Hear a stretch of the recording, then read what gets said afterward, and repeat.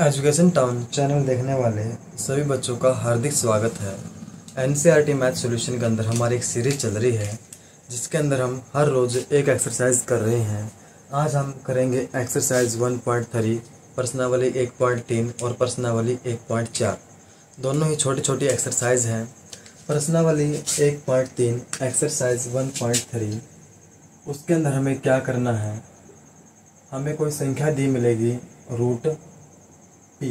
ये हमारे पास एक फॉर्मेट है, इसको हमें प्रूव करना है कि ये हमारे पास एक अप्रिमेय संख्या है, एक इर्रेशनल नंबर है। तो संख्याओं को अप्रिमेय संख्या प्रूव करने से पहले हम जान लेते हैं कि परिमेय संख्याएं और अप्रिमेय संख्याएं क्या होती हैं।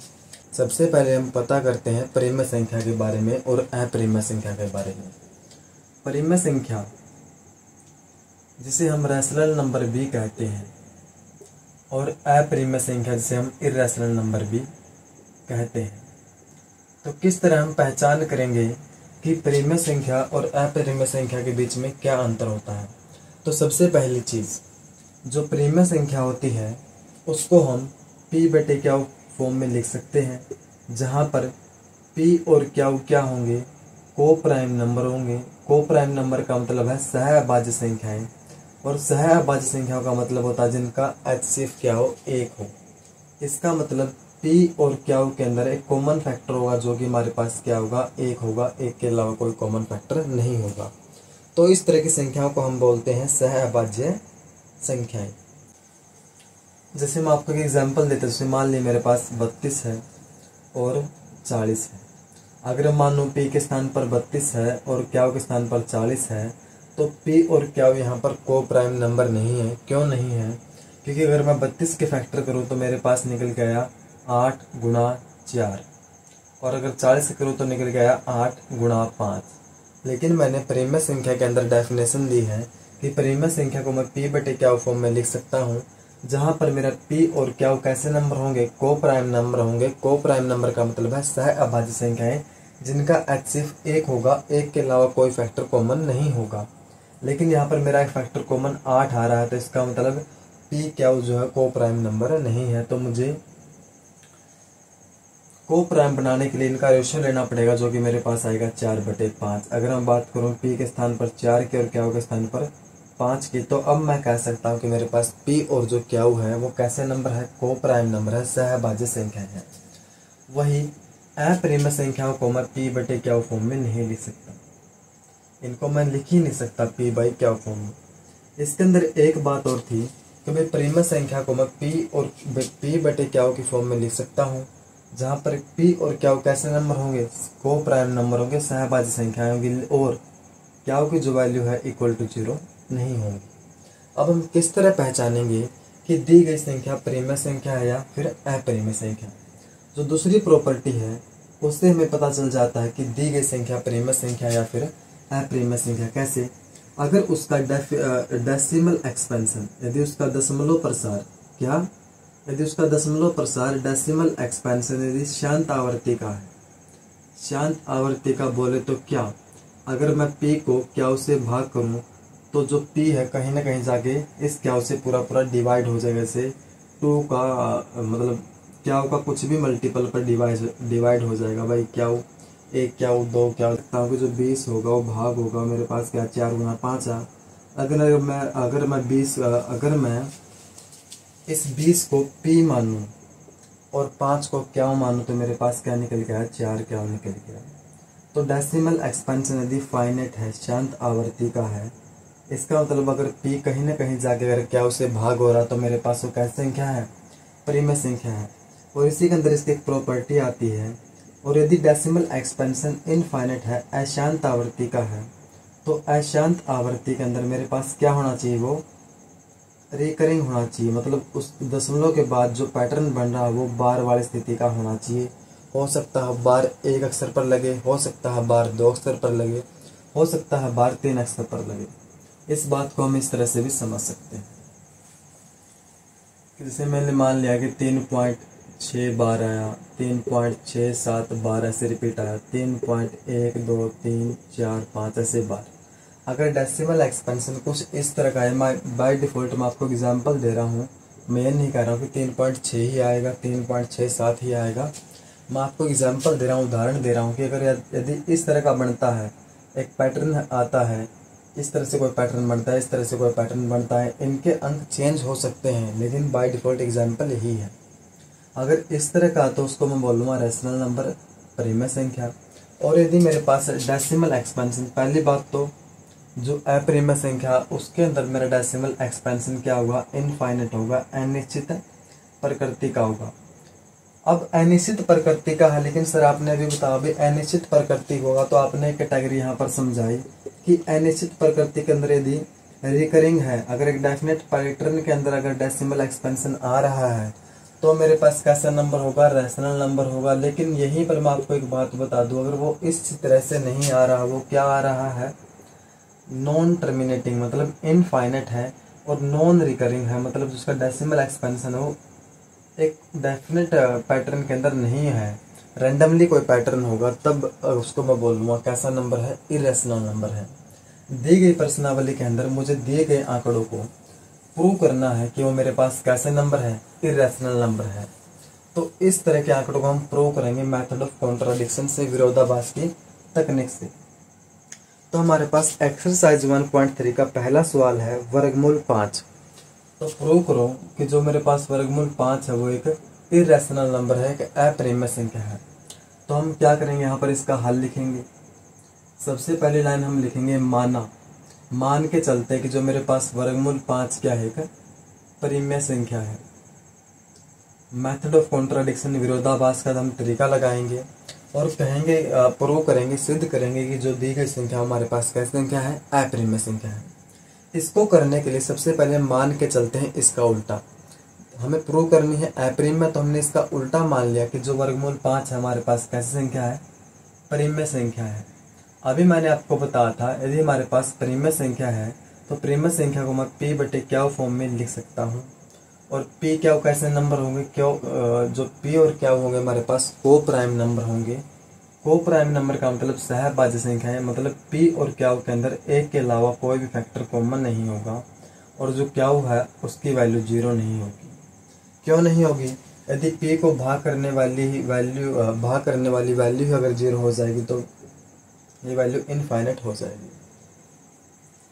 अब मैंने मान लिया था कि वर्गमूल 5 मेरे पास एक परिमेय संख्या है, और परिमेय संख्या को मैं इस तरह से लिख सकता हूँ। तो इसका मतलब ये, अगर मेरे पास परिमेय संख्या मैंने मान ली तो इसको मैं भी इस तरह से लिख सकता हूँ। अब यहाँ से हम p की वैल्यू निकालेंगे, तो हमारे पास p की वैल्यू आएगी कैसे, ये क्या हो, इस साइड डिवाइड के अंदर, इस साइड गया तो मल्टीप्लाई के अंदर, इज इक्वल टू p। हम दोनों साइड क्या करेंगे, वर्क करेंगे, लिखेंगे दोनों साइड वर्क करने पर, स्क्वायर ऑन बोथ साइड, दोनों साइड स्क्वायर करने पर। तो जब हम इसका स्क्वायर करेंगे, क्या हो वर्गमूल 5 इसका स्क्वायर, और यहाँ पर हमने किया p का स्क्वायर, तो हमारे पास निकल के आया क्या का स्क्वायर, क्या स्क्वायर, और वर्गमूल 5 का स्क्वायर। जो हमारे पास ये वर्गमूल है इसकी वैल्यू होती है 1/2। तो हम इसी चीज़ को इस तरह से भी लिख सकते हैं। अब इसकी पावर है 2, जब हम पावर कर रहे हैं तो पावर से पावर कैंसिल, हमारे पास बचा 5 की पावर 1, और 5 की पावर 1 होती है हमारे पास 5। किसी की भी वैल्यू हो वो ऐसे ही आ जाएगी जब उसकी पावर, जैसे 2 की पावर 1 है तो वो 2 आया, 3 की पावर 1 है तो वो 3 ही आया, वो नंबर इटसेल्फ रिपीट हो जाएगा। अब यहाँ पर p का स्क्वायर तो हमने p का स्क्वायर कर लिया।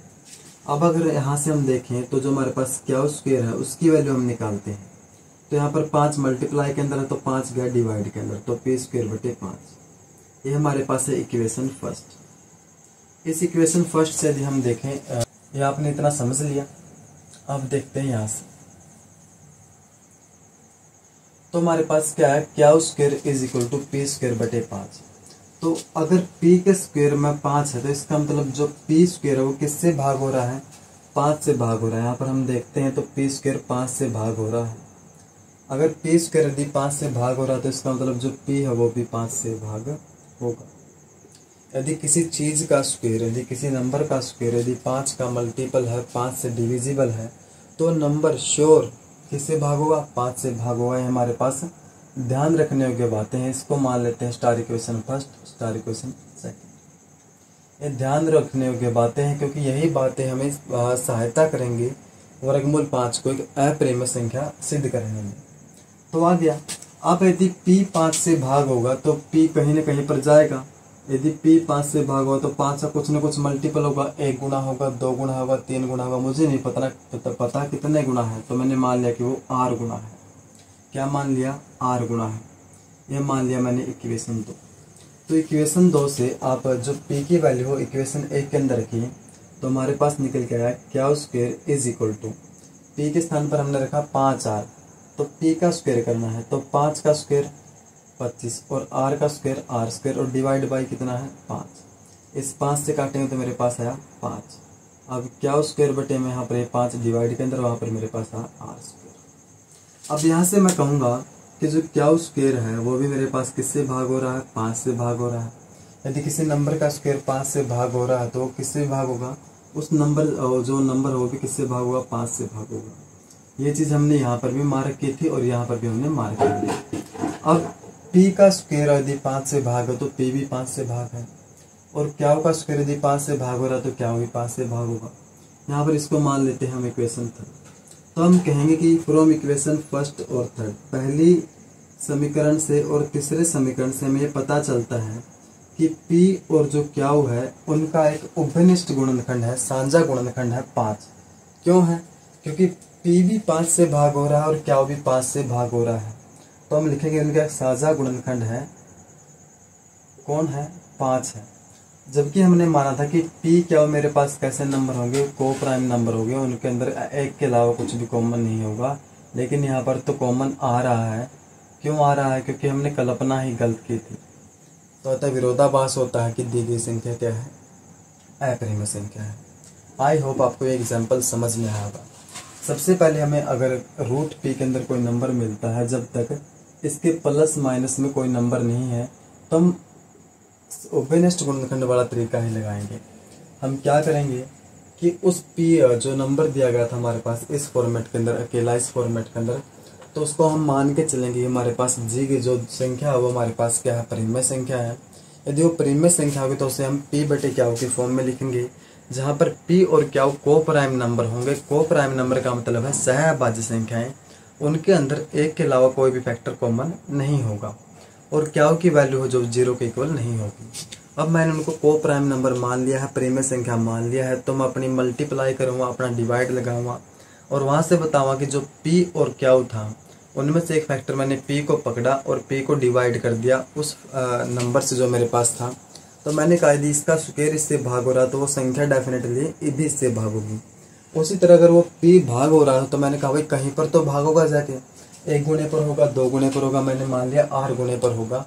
तो वहाँ से मैंने p की वैल्यू निकाल कर उस इक्वेशन फर्स्ट के अंदर दोबारा से रखी, जहाँ से मैंने प्रूव, जिससे मुझे सहायता मिली कि मैं क्या को भी उससे भाग करके दिखाऊँ। अब मैंने क्या को भी उससे भाग करके दिखा दिया, p को भी उससे भाग करके दिखा दिया, तो मुझे पता चला भाई p और क्या के अंदर एक के अलावा एक फैक्टर और कॉमन है 5, जो कि परिमेय संख्या के अंदर नहीं आता। अब फैक्टर कॉमन आया है, क्यों आया है? क्योंकि हमने माना ही गलत है। तो अतः दी गई संख्या हमारे पास क्या है? अपरिमेय संख्या है। ये है हमारे पास एक्सरसाइज 1.3 प्रश्नावली 1.3 का पहला सवाल। दूसरा सवाल है हमारे पास 3 + 2 वर्गमूल 5। हमें सिद्ध करना है कि 3 + 2 वर्गमूल 5 हमारे पास कैसी संख्या है? एक अपरिमेय संख्या है।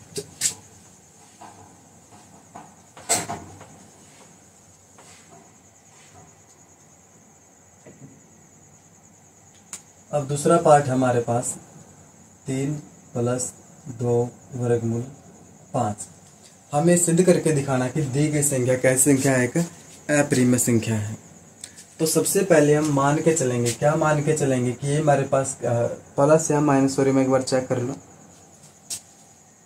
प्लस ही है। तो सबसे पहले मैं मान के चलूँगा कि दी गई संख्या क्या है? एक परिमेय संख्या है। तो सबसे पहले लाइन लिखूँगा मैं, माना 3 + 2 वर्गमूल 5 परिमेय संख्या है। और यदि परिमेय संख्या तो इसको मैं कैसे लिख सकता हूँ? p बटे क्या फॉर्म में लिख सकता हूँ, जहाँ पर p क्या कैसे नंबर होंगे? को प्राइम नंबर होंगे, सहअभाज्य संख्याएं होंगी, और क्या की जो वैल्यू हो वो 0 के इक्वल नहीं होगी। p और क्या मेरे पास कैसे नंबर होंगे? को प्राइम नंबर होंगे, सहअभाज्य संख्या होगी। इसका मतलब इन दोनों के अंदर एक ही फैक्टर कॉमन होगा, जो कि हमारे पास क्या होगा? 1 होगा, 1 के अलावा कोई फैक्टर कॉमन नहीं होगा। अब मुझे साफ साफ दिख रहा है कि जो मेरे पास ये 3 है ये तो एक परिमेय संख्या है, ये 2 ये भी एक परिमेय संख्या है, लेकिन अब ये रूट के साथ आई है वर्गमूल 5 के साथ। वर्गमूल 5 एक अपरिमेय संख्या है। तो अपरिमेय संख्या की 2 प्रॉपर्टी होती है, 2 गुण होते हैं। क्या गुण होते हैं वो 2 गुण? एक परिमेय संख्या के अंदर जब हम एक अपरिमेय संख्या को जोड़ते हैं या फिर घटाते हैं तो जो हमारे पास रिजल्ट आता है वो हमारे पास कैसी संख्या होती है? अपरिमेय संख्या होती है। अब ये मेरे पास परिमेय संख्या है, ये मेरे पास अपरिमेय संख्या। जब इनको मैं जोड़ूंगा या घटाऊंगा तो मेरे पास रिजल्ट भी कैसा आएगा? अपरिमेय आएगा। एक प्रॉपर्टी है दूसरी, उससे हमें क्या पता चलता है कि जब हम परिमेय संख्या और अपरिमेय संख्या की गुणा करते हैं फिर भाग करते हैं, ये मेरे पास परिमेय संख्या है 2, ये मेरे पास है अपरिमेय संख्या। जब मैं इनकी दोनों की गुणा करूंगा या फिर भाग करूंगा तब भी मेरे पास जो रिजल्ट आएगा वो मेरे पास कैसा रिजल्ट होगा? अपरिमेय संख्या। तो ये मेरे पास अपरिमेय संख्या दूसरी प्रॉपर्टी से बनी। और इनकी पहली प्रॉपर्टी कहती है कि जब हम किसी अपरिमेय संख्या के अंदर किसी परिमेय संख्या को जोड़ें या घटाएं तो मेरे पास कैसी संख्या बनेगी? वो अपरिमेय। तो इन दोनों प्रॉपर्टी का पूरा का पूरा नंबर क्या बना? इर्रेशनल नंबर बना, अपरिमेय संख्या बनी। तो सबसे पहले मैं लिखूंगा कि माना 3 + 2 वर्गमूल 5 मेरे पास एक परिमेय संख्या है, और यदि परिमेय संख्या तो इसको मैं p बटे क्या फॉर्म में लिख सकता हूँ, जहाँ पर p क्या हो मेरे पास को प्राइम नंबर होंगे। को प्राइम नंबर का मतलब है सहभाज्य संख्याएं, उन दोनों के अंदर एक ही फैक्टर कॉमन होगा जो कि हमारे पास 1 होगा, उसके अलावा उनके अंदर कोई फैक्टर कॉमन नहीं होगा, और क्या की वैल्यू 0 के इक्वल नहीं होगी। तो अब मैं देखूँ 2 वर्गमूल 5 मेरे पास किसके बराबर है, तो मैं अपरिमेय वाला पार्ट अलग निकालने की कोशिश करूँगा। तो p बटे क्या हो, ये 3 इस साइड प्लस का है, इस साइड गया तो -3। अब वर्गमूल 5 मुझे साफ दिख रहा है कि ये मेरे पास कैसी संख्या है? कि अपरिमेय संख्या है। तो ये p बटे क्या हो -3 है, ये पूरा का पूरा 2 कहाँ पर गया? डिवाइड के अंदर। अब मेरे पास p और क्या कैसी संख्या है? कि परिमेय संख्या है। परिमेय संख्या में से मैं एक परिमेय संख्या को घटा रहा हूँ तो मेरे पास रिजल्ट भी कैसा आएगा? परिमेय संख्या ही आएगा। अब परिमेय संख्या को मैं 2 से भाग करूँगा तो मेरे पास कैसी संख्या आएगी? परिमेय संख्या ही आएगी। तो मेरे पास ये पूरा का पूरा पार्ट क्या बन गया? परिमेय संख्या ही बन गई। ये हमारी कॉमन सेंस है जिससे हमें पता चला कि हमारे पास कौन सी संख्या बन गई? परिमेय संख्या बन गई, रैशनल नंबर बन गया। अब मैं कहूँगा कि ये पार्ट अगर इसके इक्वल है तो ये पार्ट भी क्या होगा? रैशनल नंबर होगा, परिमेय संख्या होगा। लेकिन ये एक सत्य कथन है, एक सिद्ध कथन है कि जो वर्गमूल 5 हमारे पास क्या है? एक अपरिमेय संख्या है, एक इर्रेशनल नंबर है। तो ऐसा क्यों हुआ? तो मैं कहूँगा कि हमारा मेथड ही गलत था, कि हमने माना ही गलत था। तो अगर इस तरह का आपके साथ कोई सवाल आता है जिसमें प्लस हो या फिर माइनस हो, तो सबसे पहले आप कोशिश कीजिए कि आप उस पार्ट को अलग निकालें जिसके कारण ये पूरा का पूरा अपरिमेय बना हुआ है। तो मैंने आपको अपरिमेय संख्याओं की 2 प्रॉपर्टी बताई। जब एक परिमेय संख्या के अंदर एक अपरिमेय संख्या को जोड़ा जाता है या फिर घटाया जाता है तो जो रिजल्ट आएगा वो मेरे पास क्या होगा? एक अपरिमेय संख्या ही होगा। तो अब इसकी दूसरी प्रॉपर्टी सुन लो, उसके बाद आपको ज़्यादा क्लैरिटी आएगी। तो जब एक परिमेय संख्या और एक अपरिमेय संख्या के बीच गुणा होती है फिर भाग होता है तो मेरे पास रिजल्ट क्या आएगा? अपरिमेय संख्या आएगा। अब 2 मेरे पास परिमेय संख्या है और वर्गमूल 5 मेरे पास एक अपरिमेय संख्या है। आपको परिमेय और अपरिमेय संख्याओं के बारे में मैंने शुरुआत में ही जानकारी दी कक्षा के बारे में, किस तरह से हम पहचान कर सकते हैं कि दी गई संख्या परिमेय होगी या फिर अपरिमेय होगी। तो वर्गमूल 5 एक अपरिमेय संख्या है, इसके साथ मैंने एक परिमेय संख्या की गुणा की। जो दूसरी प्रॉपर्टी वो कहती है, दूसरा गुण जो है वो कहता है कि जब हम किसी परिमेय संख्या की अपरिमेय संख्या के साथ मल्टीप्लाई करेंगे या फिर डिवाइड करेंगे तो जो रिजल्ट होगा मेरे पास क्या होगा? अपरिमेय। तो ये पूरा का पूरा बन गया अपरिमेय। अब अपरिमेय संख्या के अंदर जब मैं किसी परिमेय संख्या को जोड़ूं या फिर घटाऊं तो रिजल्ट भी मेरे पास क्या आएगा? अपरिमेय आएगा। तो इस तरह से पूरा का पूरा पैकेट अपरिमेय बन गया था। तो मैंने इसका उल्टा माना ये परिमेय संख्या है। परिमेय संख्या होता है इसको मैं p बटे क्या फॉर्म में लिख सकता हूँ, जहाँ पर p और क्या को प्राइम नंबर होंगे, सहभाज्य संख्या है, और क्या की वैल्यू 0 के इक्वल तो नहीं होगी। अगर मैंने इसको इस तरह से लिख दिया तो मैं उस पार्ट को अलग निकालने की कोशिश करूंगा जिसके कारण ये पूरा का पूरा अपरिमेय हुआ। तो मुझे पता चला कि ये वर्गमूल 5 के कारण हुआ है। तो सबसे पहले मैंने इस 3 को दूर किया। अब ये मेरे पास परिमेय संख्या में से मैं कुछ परिमेय संख्या ही घटा रहा हूँ तो मेरे पास कैसा रिजल्ट आएगा? परिमेय संख्या आएगा, आ गया। अब मैंने इस 2 को भी दूर किया, डिवाइड के अंदर ले आया। क्यों लेके आया? क्योंकि यहाँ पर ये मल्टीप्लाई के अंदर था। अब मेरे पास ये परिमेय संख्या है, इस परिमेय संख्या को मैं इस परिमेय संख्या से डिवाइड करूँगा तो मेरे पास रिजल्ट भी क्या आएगा, परिमेय संख्या। तो हमने कॉमन सेंस से पता लगा लिया कि ये मेरे पास तो इस साइड की वैल्यू होगी, मेरे पास क्या होगी, परिमेय संख्या होगी, और ये वैल्यू इसके बराबर, तो इसको भी क्या होना चाहिए, परिमेय संख्या होना चाहिए। लेकिन एक सर्व सत्य कथन है कि जो वर्गमूल 5 है उसका डेसिमल एक्सपेंशन टर्मिनेटिंग अशांत आवर्ती का है, और उसके ऊपर अशांत आवर्ती के अंदर नॉन रिकरिंग है, इसका कोई पैटर्न नहीं है रिपीटिशन का। तो हम बोलेंगे कि ये तो हमारे पास क्या है, एक अपरिमेय संख्या है। एक परिमेय संख्या और एक अपरिमेय संख्या बराबर कहाँ हो सकती है, और ऐसा क्यों हुआ, हमने बराबर क्यों लेके आए, क्योंकि हमने माना ही गलत था, क्योंकि हमारी त्रुटि क्या थी, हमारी कल्पना गलत थी।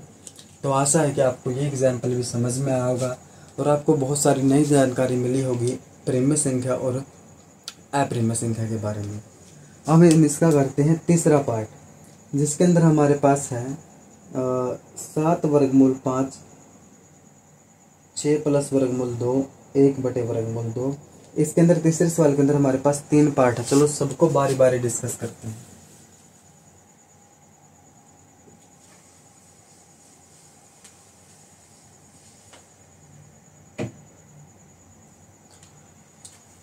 पहला पार्ट है 1/वर्गमूल 2।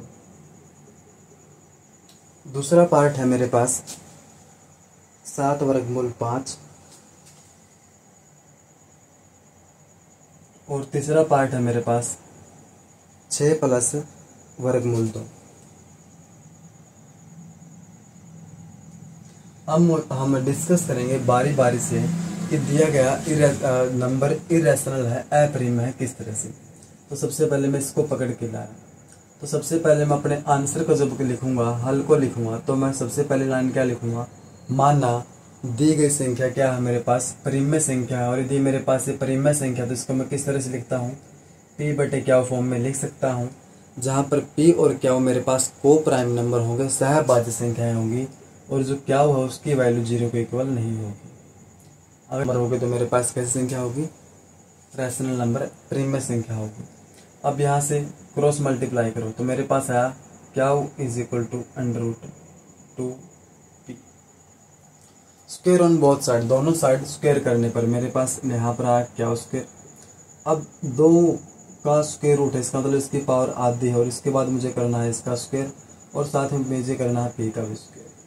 तो यहाँ से मेरे पास आया क्या स्क्वायर इज इक्वल टू, यहाँ से कैंसिल 2p स्क्वायर।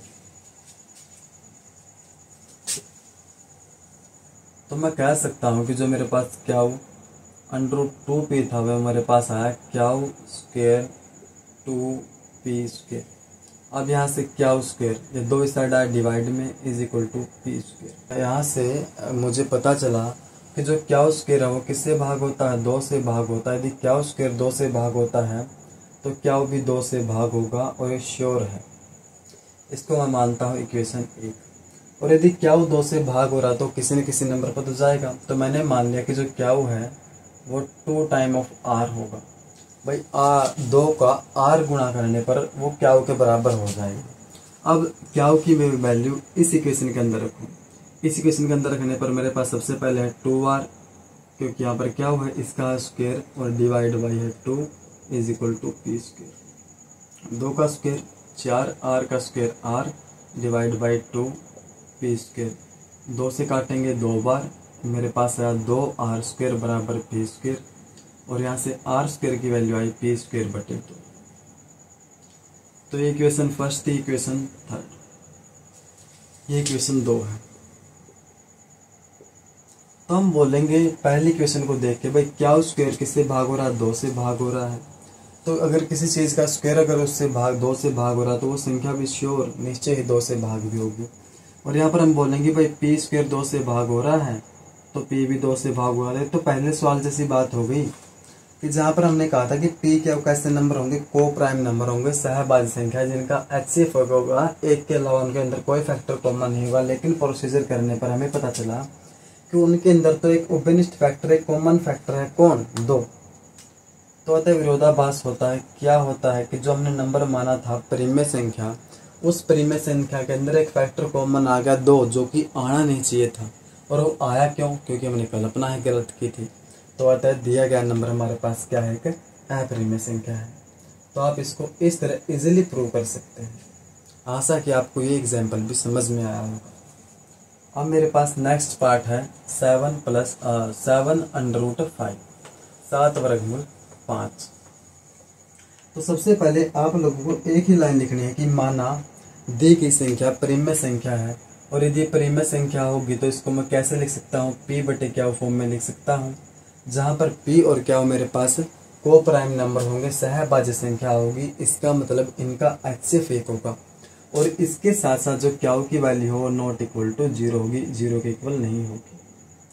अब यहाँ से अगर मैं यहाँ पर देखूँ तो मैंने आपको अपरिमेय संख्याओं के 2 गुण बताए हैं कि जब भी हम किसी परिमेय संख्या और अपरिमेय संख्या का जोड़ या घटा करते हैं तो मेरे पास रिजल्ट कैसा आएगा, अपरिमेय संख्या। और जब हम किसी परिमेय संख्या या अपरिमेय संख्या की मल्टीप्लाई करते हैं, डिवाइड करते हैं, भाग या गुणा करते हैं, तब भी मेरे पास रिजल्ट कैसा आएगा, अपरिमेय संख्या। तो ये तो आपको पता है कि यह परिमेय है, लेकिन ये परिमेय था, लेकिन ये परिमेय संख्या की इसके साथ गुणा होने पर मेरे पास रिजल्ट भी कैसा आया, अपरिमेय। तो ये पूरा का पूरा रिजल्ट भी क्या है, अपरिमेय। तो सबसे पहले मैं अपरिमेय संख्या को अलग निकालूंगा। तो मेरे पास आया √5 = p बटे 7 क्या हो। अब ये 7 मल्टीप्लाई के अंदर था, इस यहाँ पर ये चला गया डिवाइड के अंदर। तो इसको मैं इस तरफ से भी लिख सकता हूँ 1/7 p बाई क्या। आप इजीली अगर आप समझ जाएं परिमेय और अपरिमेय संख्या के बारे में, तो इजीली आप अपनी एक्सप्लेनेशन बना के संख्या को परिमेय और अपरिमेय प्रूव कर सकते हैं। अब मुझे पता है कि p बाई क्या हो मेरा कैसा नंबर है, रैशनल नंबर है, एक परिमेय संख्या है। अब परिमेय संख्या को मैं एक परिमेय संख्या से भाग करूँगा तो मेरे पास रिजल्ट भी कैसा आएगा, एक परिमेय संख्या ही आएगा। तो इसका मतलब जो राइट हैंड साइड है वो मेरे पास क्या है, एक परिमेय संख्या है। और राइट हैंड साइड किसके इक्वल है, लेफ्ट हैंड साइड के इक्वल। तो इसका मतलब ये भी क्या होनी चाहिए, एक परिमेय संख्या होनी चाहिए। लेकिन ये तो सर्वसिद्ध कथन है कि जो वर्गमूल 5 में मेरे पास कैसी संख्या है, एक अपरिमेय संख्या है, एक इरेशनल नंबर है। तो एक रैशनल नंबर, एक परिमेय संख्या, एक इरेशनल नंबर, एक अपरिमेय संख्या के बराबर कैसे हो सकती है। और ये ऐसा आया क्यों, क्योंकि हमने कल्पना ही गलत की थी, हम मान के ही गलत चले, हमें ये मानना ही नहीं चाहिए था। तो विरोधाभास होता है कि दी गई संख्या क्या है, हमारे पास एक अपरिमेय संख्या है। तो इस तरह से आप प्रूव कर सकते हैं इजीली। अब हम डिस्कस करते हैं हमारे इस एक्सरसाइज के लास्ट पार्ट की तरफ, जो कि हमारे पास है 6 + वर्गमूल 2। इसको हम इजीली एक्सप्लेन कर देंगे हमारे मेथड से। जो मैंने आपको 2 प्रॉपर्टी बताई वो बहुत ही इंपॉर्टेंट है और बहुत सारे सवालों को करने में आपकी बहुत सहायता करेगी। लास्ट पार्ट हमारे पास एक्सरसाइज 1.3 का 6 + वर्गमूल 2। तो सबसे पहले हम लाइन लिखेंगे कि माना, क्या माना, दी गई संख्या एक परिमेय संख्या है। सबसे पहले मैंने इसको मान लिया कि दी गई संख्या मेरे पास क्या है, एक परिमेय संख्या है। और यदि मेरे पास परिमेय संख्या होगी तो p क्या कैसे नंबर होंगे, को प्राइम नंबर होंगे, सहभाज्य संख्या होगी। सहभाज्य संख्या का मतलब इनके अंदर एक ही फैक्टर कॉमन होगा, जो क्या होगा मेरे पास 1 होगा, 1 के अलावा कोई फैक्टर कॉमन नहीं होगा। और क्या की वैल्यू 0 के इक्वल तो कभी नहीं होगी। अब ये परिमेय संख्या है और मैंने आपको अपरिमेय संख्याओं की 2 प्रॉपर्टी बताई जो कि बहुत मेन है, एक अपरिमेय संख्या और एक परिमेय संख्या है। तो जब एक परिमेय संख्या के अंदर एक अपरिमेय संख्या को जोड़ा जाए या फिर घटाया जाए तो मेरे पास रिजल्ट क्या आएगा, अपरिमेय संख्या। तो सबसे पहले मैं उस पार्ट को अलग निकालूंगा जिसके कारण पूरा का पूरा क्या बना हुआ है, अपरिमेय बना हुआ है। तो सबसे पहले यहाँ पर लिखा मैंने वर्गमूल 2। तो p बाई क्या, उस साइड जब 6 जाएगा तो यहाँ पर प्लस के अंदर, तो यहाँ पर आएगा माइनस के अंदर। तो p बटे क्या हो मेरे पास कैसी संख्या है, परिमेय संख्या है। आपको ये लाइनें लिखनी है जो मैं बोल रहा हूँ। p बाई क्या हो मेरे पास एक परिमेय संख्या। जब एक परिमेय संख्या में से एक नंबर घटाया मैंने, जो कि मेरे पास वो क्या था, परिमेय संख्या, तो रिजल्ट भी क्या आना चाहिए, परिमेय संख्या। अब मेरे पास राइट हैंड साइड तो बन गई परिमेय संख्या और लेफ्ट हैंड साइड इसके इक्वल टू है, तो ये भी क्या होनी चाहिए, एक परिमेय संख्या। लेकिन ये सर्वसिद्ध कथन है कि जो वर्गमूल 2 है हमारे पास क्या है, अपरिमेय संख्या है। अतः विरोधाभास होता है। क्या विरोधाभास होता है कि जो हमारी कल्पना थी उसके अंदर त्रुटि है, या हमारी जो कल्पना थी उसके अंदर त्रुटि पाई गई है। क्या त्रुटि पाई गई कि हम इसको मान के चले कि एक परिमेय संख्या है। तो इस तरह से आप इजीली प्रूव कर सकते हैं अपनी एक्सप्लेनेशन के जरिए, यदि आपको टोटली पता है एक परिमेय संख्या के बारे में और एक अपरिमेय संख्या के बारे में। आप कॉमन फैक्टर मेथड से भी इन तरह के सवालों को कर सकते हैं। मैंने आपको छोटे से छोटे तरीके बताए हैं जो कि सवालों के लिए सूटेबल है। और आपको इजीली समझ भी आ जाए। तो इस तरह से हमारी exercise 1.3 NCERT math solution cover होती है। अब हम डिस्कस करेंगे एक्सरसाइज 1.4 प्रश्नावली 1.4 के बारे में, जिसके अंदर हमें बताना है कि दिया गया नंबर शांत आवर्ती का है, टर्मिनेटिंग है, अशांत आवर्ती का है, नॉन टर्मिनेटिंग है, और यदि वो शांत आवर्ती का तो उसका हमें दूसरे सवाल के अंदर डेसिमल एक्सपेंशन दशमलव प्रसार को भी लिखना, मतलब हमें डिवाइड करके दिखाना है। और तीसरे सवाल के अंदर कुछ एग्जाम्पल दिए गए जिसको हमें मार्क करके बताना कि दी गई संख्या प्रेम में है या फिर अप्रेम में है। तो चलिए सबसे पहले डिस्कस करते हैं पहले सवाल के प्रोसीजर के बारे में कि आप लोगों को किस तरह से करना है। एक्सरसाइज 1.4। सबसे पहले मैं आपको एक तरीका एक एग्जाम्पल के जरिए समझाऊंगा। तो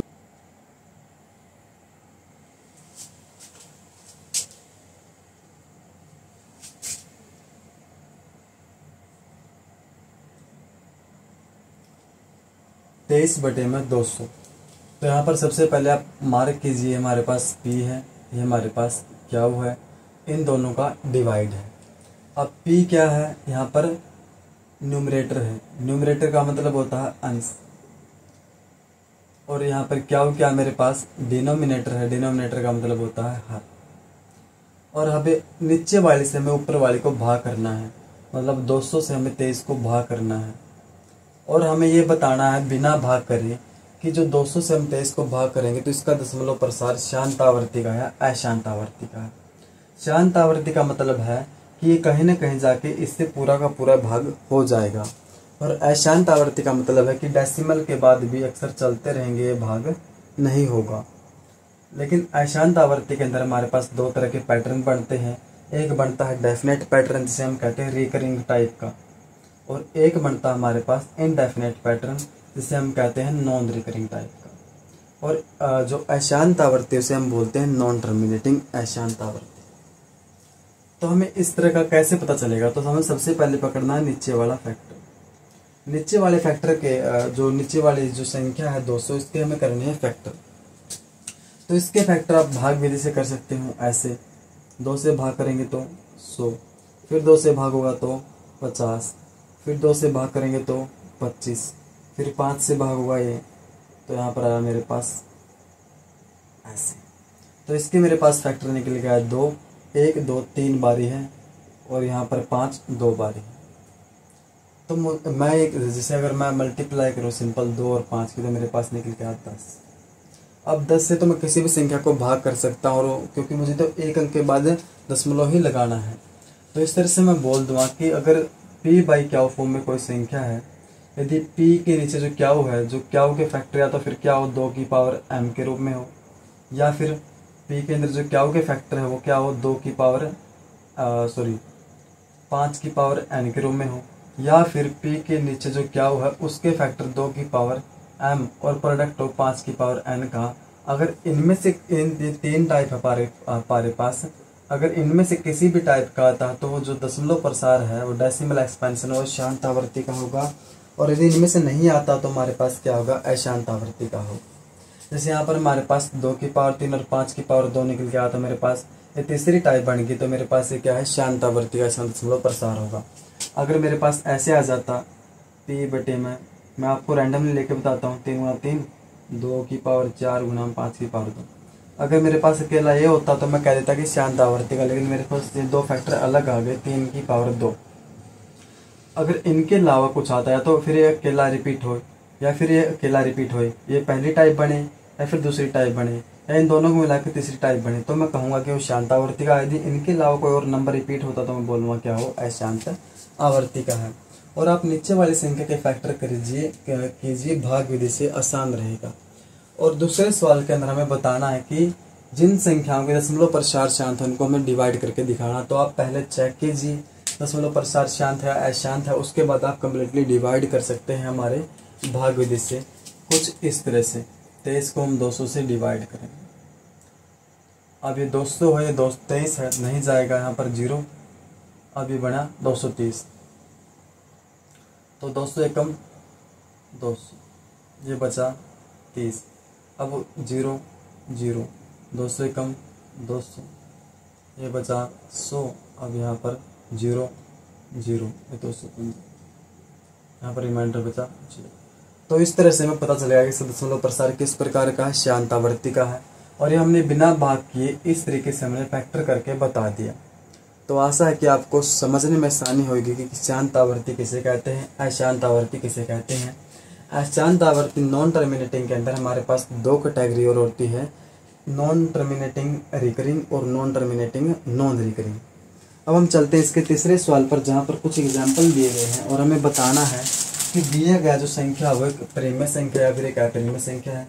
इन सवालों के साथ साथ मैं आपको कुछ बातें भी बताऊंगा जो कि आपकी सहायता करेंगी नॉन टर्मिनेटिंग अशांत आवर्ती रिकरिंग पैटर्न को समझने में और नॉन टर्मिनेटिंग अशांत आवर्ती नॉन रिकरिंग पैटर्न को समझने में। तो सबसे पहले डिफ़ॉल्ट एग्जांपल जो है मेरा, वो जो सवाल है वो मेरे पास है 43 पॉइंट 1 2 3 4 5 6 7 8 9 भाग खत्म। दूसरा है मेरे पास 0.1 2 0 1 2 0 0 1 2 0 0 0 1 2, उसके बाद 4 0 1 2 3 4 डॉट डॉट डॉट। तीसरा है 4.3 1 2 3 4 5 6 7 8 9, इसके ऊपर पूरे के ऊपर 12। तो सबसे पहले आपको बता दूं कि इनमें से कौन सा शांत आवर्ती का और कौन सा अशांत आवर्ती का है। अब यहाँ पर ये पूरा का पूरा डिवाइड हो रहा है, यहाँ पर कोई अंक नहीं है, ऐसे डैश डैश नहीं लगाए हैं। तो इसका मतलब ये दशमलव प्रसार जो शांत आवर्ती का किस तरह का है, शांत आवर्ती का है मेरे पास दशमलव प्रसार। ये दशमलव प्रसार जो पहले पार्ट के अंदर मेरे पास शांत आवर्ती का है, और जो मेरे पास दूसरा पार्ट है यहाँ पर 0.1 2 0 1 2 0 0 1 2 0 0 1 2 4 0, ऐसे से चल रहा है। तो मेरे पास ये क्या है, अशांत आवर्ती का है। कैसी आवर्ती का, अशांत। है तो मेरे पास क्या है, टर्मिनेटिंग, और ये मेरे पास क्या है, नॉन टर्मिनेटिंग। अब तीसरा पार्ट यहाँ पर है 4.3 ऐसे कुछ होगा 43.123 डॉट, ये बार चल रहा है। तो इसका मतलब ये बार बार संख्या रिपीट हो रही है, अब ये यहाँ पर रिपीट होनी शुरू हो जाएगी। तो इसका मतलब ये भी मेरे पास क्या है, नॉन टर्मिनेटिंग है, अशांत आवर्ती का है। अब अशांत आवर्ती के अंदर मुझे देखना है क्या चीजें। पहली बात, शांत आवर्ती का तो मेरे पास कैसा नंबर है, रैशनल नंबर है, परिमेय संख्या है, कोई डाउट नहीं। अगर शांत आवर्ती है तो मेरे पास क्या है, परिमेय संख्या है। डाउट आता है कहाँ, इन दो के अंदर। भाई अशांत आवर्ती है, ये भी अशांत आवर्ती है, तो इनमें से कौन सी परिमेय है, कौन सी अपरिमेय है। तो मैंने बताया था भाई अशांत आवर्ती के अंदर यदि कोई पैटर्न है, डेफिनेट पैटर्न है, जहाँ पर एक पैटर्न रिपीट हो रहा है, यहाँ पर भी आएगा, यहाँ पर आएगा। जब इसका 12 हो तो इसका मतलब यही कि आंकड़े बार बार रिपीट हो रहे हैं, तो एक डेफिनेट पैटर्न है, इसका मतलब ये रिकरिंग टाइप का है। और मैंने बताया था अगर रिकरिंग टाइप का होगा तो मेरे पास कैसा नंबर होगा, परिमेय संख्या होगी, रैशनल नंबर होगा। अब यहाँ पर जो डेसिमल एक्सपेंशन है 1 2 0 1 2 0 0, एक अक्षर अलग आया, यहाँ पर 3 0 आई, इसका मतलब ये पैटर्न रिकरिंग टाइप का नहीं है। किस टाइप का है, नॉन रिकरिंग टाइप का। तो ये मेरे पास कैसा नंबर होगा, इरेशनल नंबर होगा, अपरिमेय संख्या होगी। इस तरह से एनसीईआरटी मैथ सॉल्यूशन के अंदर आपकी एक्सरसाइज 1.3 और 1.4 कंप्लीट होती है। आगे हम डिस्कस करेंगे हमारा चैप्टर नंबर 2, जिसका नाम है बहुपद पॉलिनोमियल्स। आशा है कि आपको लेक्चर समझ में आएगा। प्लीज़ वीडियो को लाइक कीजिए, शेयर कीजिए, और यदि आपको अच्छी लगे तो एक प्यारा सा कमेंट भी कीजिए। धन्यवाद।